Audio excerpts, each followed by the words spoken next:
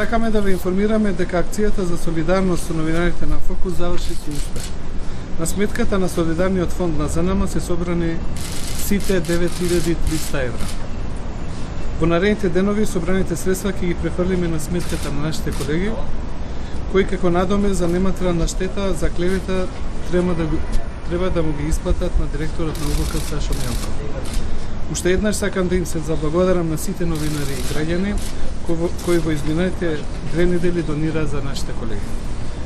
Ние како ЗНМ застанавме зад колегите на Фокус затоа што веруваме дека одлуката на судот беше неправедна. Никој не смее да биде казнет само затоа што професионално ја обавува својата работа. Во конкретниот случај се работи за пренесена изјава од релевантен извор и е прашање од јавен интерес. ЗНМ и во иднина ќе ги поддржи колегите кои што неправедно ќе бидат осудени за клевета и со тоа нема да дозволиме некои со високи казни да ги обесхрабри нив критички да ја обсервираат работата на институциите. Ако некој сметаше дека со 9000 евра ќе ги скрши новинарите, во тоа не успеа, затоа што тоа не го дозволија нивните колеги и македонската демократска јавност. Ова е многу добар пример на покажување на солидарност на новинарската заедница. За прв пат зад новинарите застана и македонската јавност, која е свесна дека без слобода на медиуми не може да има ниту демократија. Уште еднаш ке нагласам, веста не беше пренесена преку главните медиуми и тоа покажува колку и при вакво оскудно информирање акцијата сепак успеа.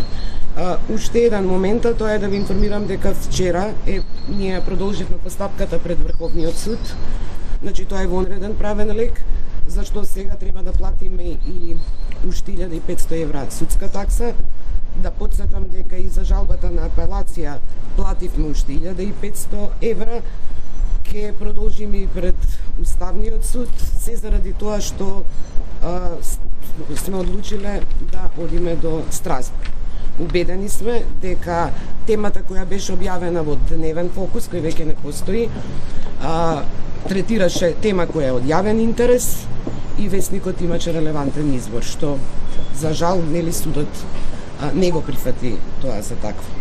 Ви благодарам на сите и ја поддржувам ова идеја на Насер дека и во иднина треба да се продолжи на овој план со ваков еден солидарен фонд, затоа што ние пресудата што ја добивме, ја преведовме на англиски, таа е испратена до сите релевантни адреси. Издруженијето не зборува на памет, значи тие ја имаа пресудата.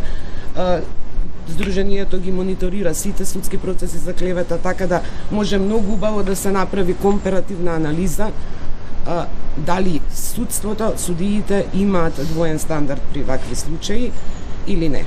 Ке внимава ли Фокус во еднина да не предизвика уште една душевна болка на некој? Видете, ние внимаваме, ние секогаш имаме или документи, имаме некој извор, имаме човек кој дава изјава, кој сметаме дека е релевантен.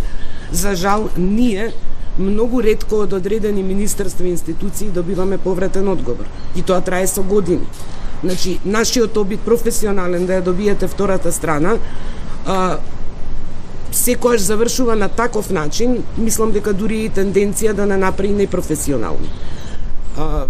Јас мислам дека постојат некои други кои исто така треба да внимаваат во својата новинарска дејност, но за жал тоа поминува поинаку пред судот.